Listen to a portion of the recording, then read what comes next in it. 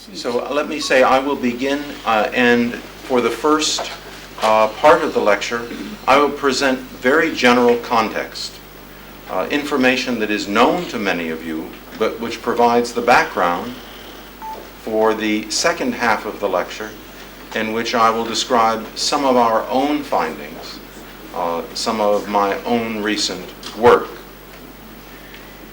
And I will begin by drawing upon a wonderful public lecture I heard given about 5 or 6 years ago by Sir Paul Nurse, a Nobel laureate in medicine and physiology. The title of the lecture by Paul Nurse was Great Ideas in Biology. Most of us think of physics as the science of ideas, and biology as being descriptive. Nevertheless, there have been very important concepts introduced in the history. So as I say, I'll just repeat briefly. I'll present some general remarks at the beginning, and then something specific about my own research that may be of interest to you. And the general remarks are drawn from a lecture given by Sir Paul Nurse. The title was Great Ideas in Biology. And as I began to say, you may think of ideas in biology as what we call in English an oxymoron. An oxymoron is like military intelligence, two opposing terms, or jumbo shrimp, again, two opposing terms. But ideas in biology have nevertheless been important. And Paul Nurse identified what he believed to be the 4 greatest ideas in the history of biology. And if I were to ask any of you here to name such great ideas, I believe that you would have something similar to say. So the first of the great ideas that was identified by Nurse was the idea of the cell, which, as you know, is the unit of life. The simplest living things are single cells, including, I might say, the yeast, the brewer's and baker's yeast, Saccharomyces cerevisiae, which was the source of material for my work, which I will describe to you later. Although the term cell was used earlier by Robert Hooke, as early as 1665.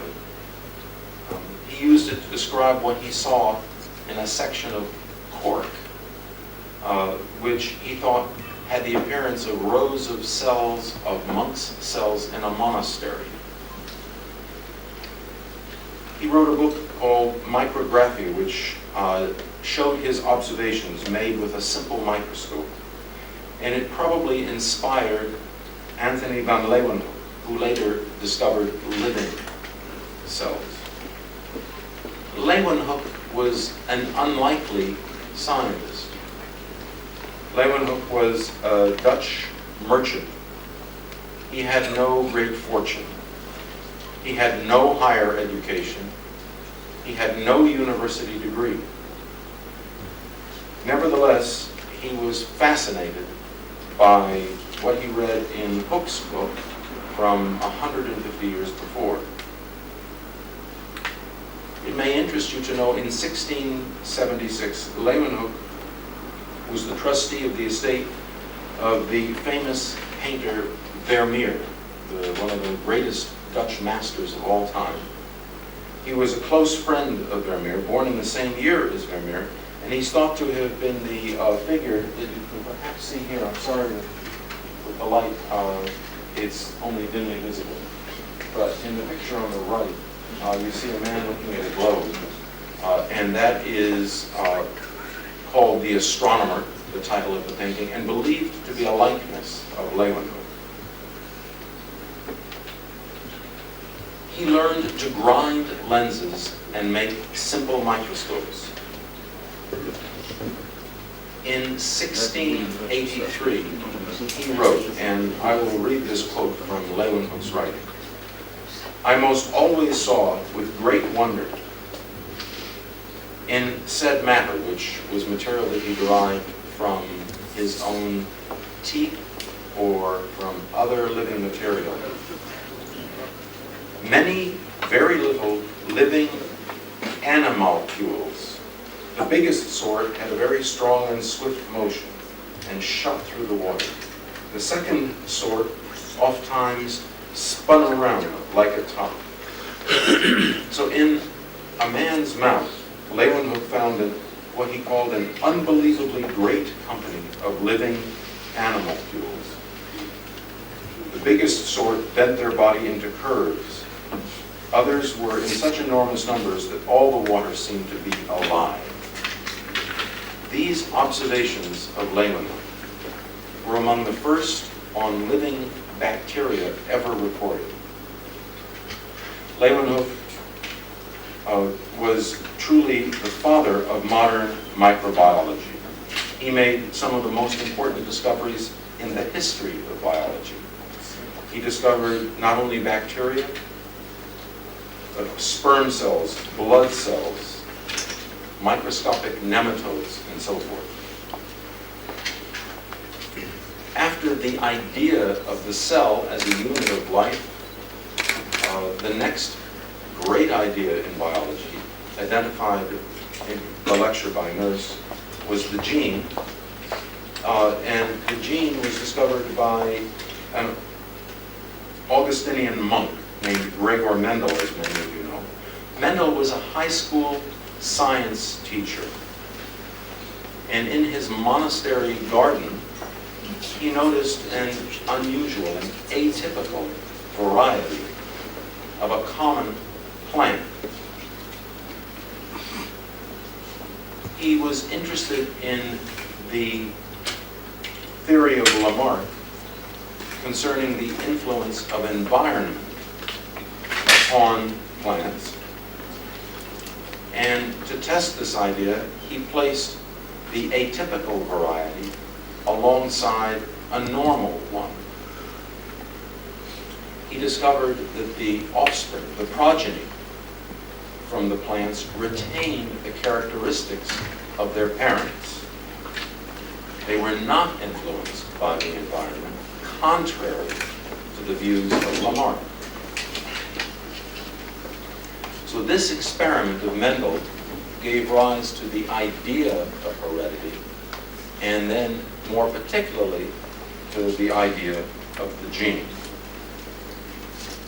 Mendel went on to show in more detail that traits were inherited in certain numerical ratios. This led him to discover the basic laws of heredity. First of all, hereditary factors, as he called them, and which we now call genes, do not combine. They remain distinct from one another. Each parent transmits only half of his or her hereditary factors to each offspring. Different offspring of the same parents receive different sets of hereditary factors. This work was the foundation of modern genetics. Mendel wrote a monograph which has become one of the most important papers published in the history of science. It's interesting that it was not recognized, its significance was not appreciated immediately. It was published in 1866, but only rediscovered in the year 1900.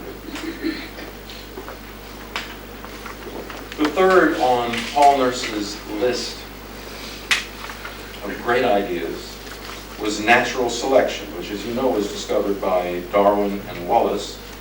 And the history of natural selection is so well known, I won't repeat it to you.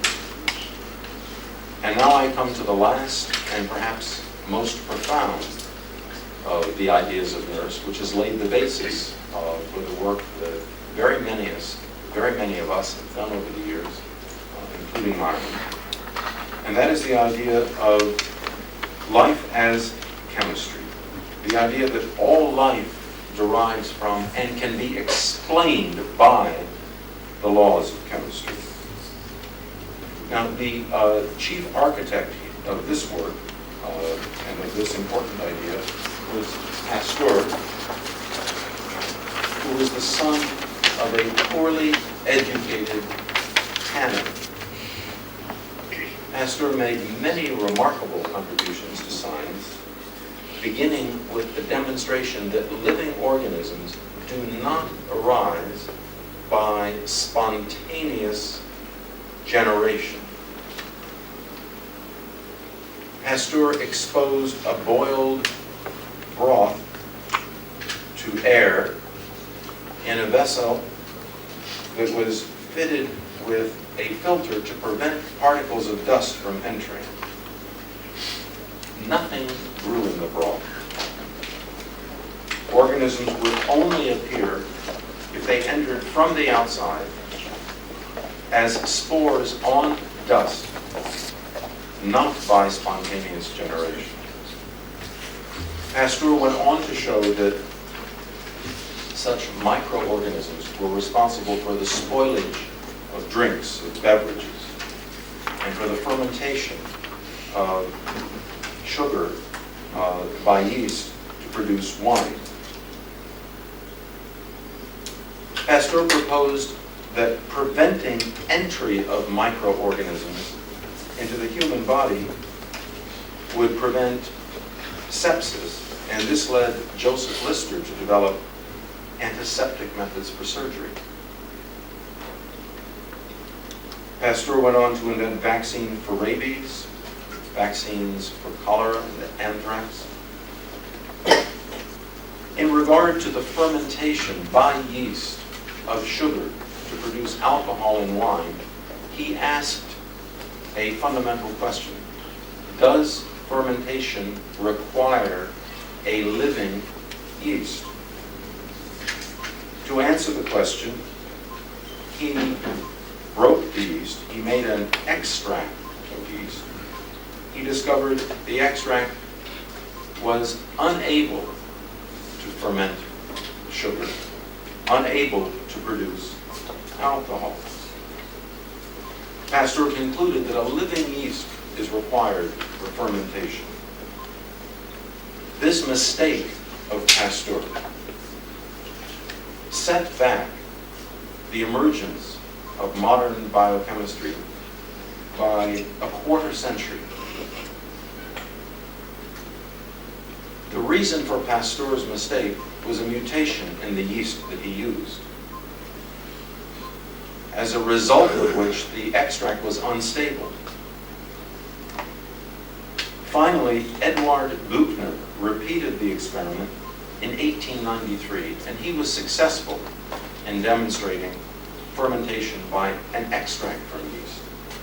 And for this he received the Nobel Prize in Chemistry in 1907. Buchner wrote, "We all grew up in the atmosphere of Pasteur's views.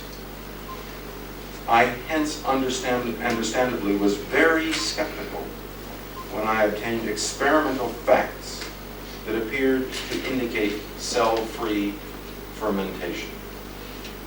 So what Buchner then discovered was that molecules within cells that we now know as enzymes, and not living yeast, possess or are responsible for what for many centuries was termed the vital force, the living force. It is the capacity of enzymes as catalysts to give rise to every aspect of living things. Now, my own research relates, I should say, two of Nurse's four great ideas. It relates genes, discovered by Mendel, to life as chemistry, which emerged, as I have told you, from the work of Pasteur and Buchner and others. So my own work concerns what you may call genetic chemistry. Genes, as you know, direct the formation and direct all activities of living things. You are furthermore aware every cell in every living organism contains a complete set of genes.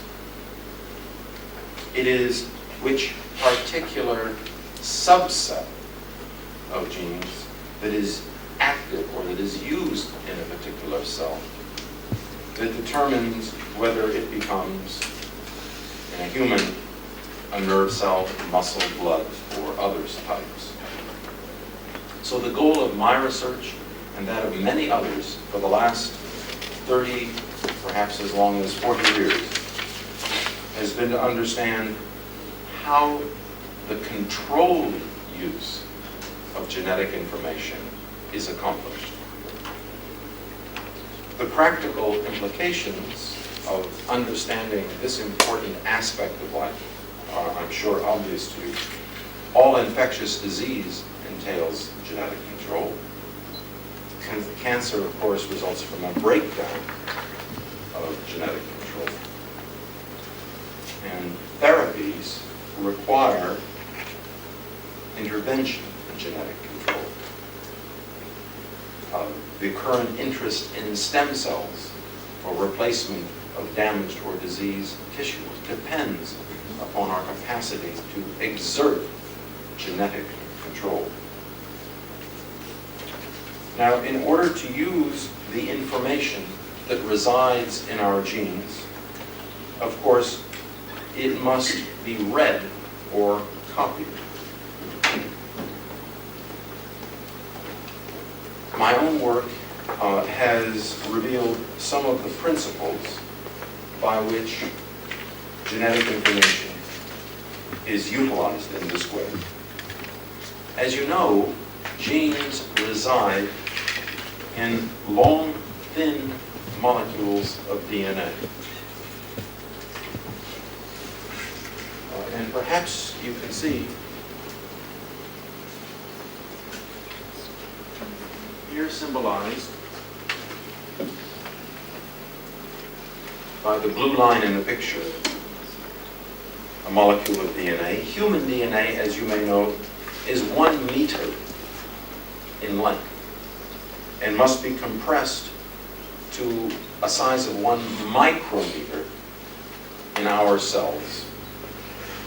Now, such compression might be accomplished in a straightforward manner by spooling, by wrapping, as we do thread around a spool or yarn in a ball. The problem is that to gain access to specific genes within the thread, one must unravel the entire spool. This problem has been solved by nature through the use of not one giant spool, but rather by the use of many small spools. You may call them mini spools. I proposed this solution to the problem in 1974, and it has since been verified that DNA is wrapped around a set of 8 small protein molecules in a particle known as the nucleosome. So through the wrapping and the particle at the top, known as the nucleosome.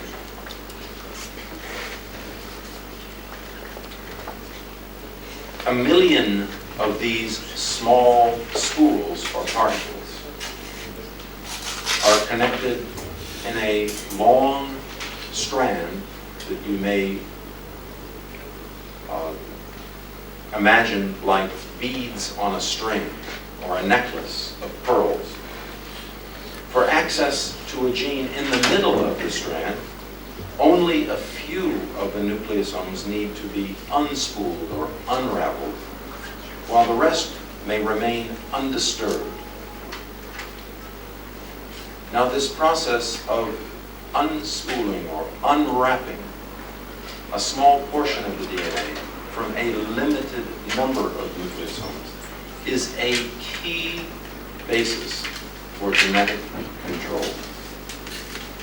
That process of unwrapping is already an important target of new anti-cancer drugs.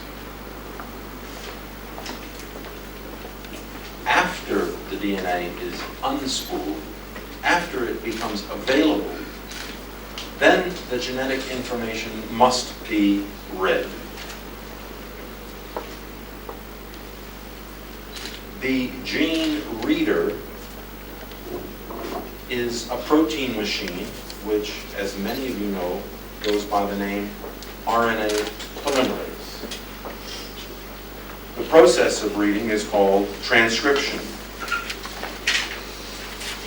In a second step, again, as I am sure most of you know, RNA directs the synthesis of proteins, which include the enzymes discovered through the original work that I mentioned of Pasteur and Buchner, that are responsible for all functions of all living things. In our work, done over the past 30 years, we have obtained a detailed picture of the first and most essential step of this process, of reading of genetic information by RNA polymerase for the purpose of transcription. The picture we derived was determined by X-ray diffraction from crystals of RNA polymerase. These were irradiated with intense beams of X-rays that were available to us at the Stanford Linear Accelerator. Now, the RNA polymerase, which, as I mentioned before, was derived for our work from the yeast Saccharomyces cerevisiae, is virtually identical in all free-living organisms. The RNA polymerase of yeast, whose organization I will show you, is identical to that, does not act alone in the readout of genetic information. An additional 50 proteins participate directly in the process of transcription. We and others identified all of these additional 50 proteins during the past quarter century, and we discovered, in particular, that a group of 20 of the 50 proteins that we refer to as mediator serve as a kind of molecular computer. Mediator receives information from the environment, from inside cells, from elsewhere in the body. It processes the information. It computes and then delivers a signal to the RNA polymerase. It is through the action of mediators that genes are turned on and off during development and cell differentiation. And it is through the action of mediator that we arrive at a solution to the problem I posed at the outset concerning the origin of the many different cell types of a complex, multicellular organism. We already know that mutations in mediator cause many forms of cancer. Our current work, directed towards the discovery of mediator structure, will enable us one day to correct such problems and to intervene in other ways in the control of gene expression.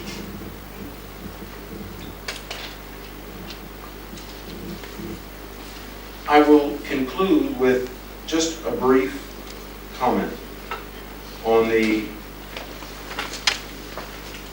significance of basic research of the sort that I have described. It has been remarked that we know 1% of all that there is to learn about the human body. In truth, we know far less. But consider how great have been the benefits to human health as well as economic benefits from the little bit of information that we know. And imagine how great would be the benefits of knowing the remaining 99%. That is an undertaking in which I hope all of you will join me, and in which scientists around the world must be engaged. I thank you for your attention. Thank you.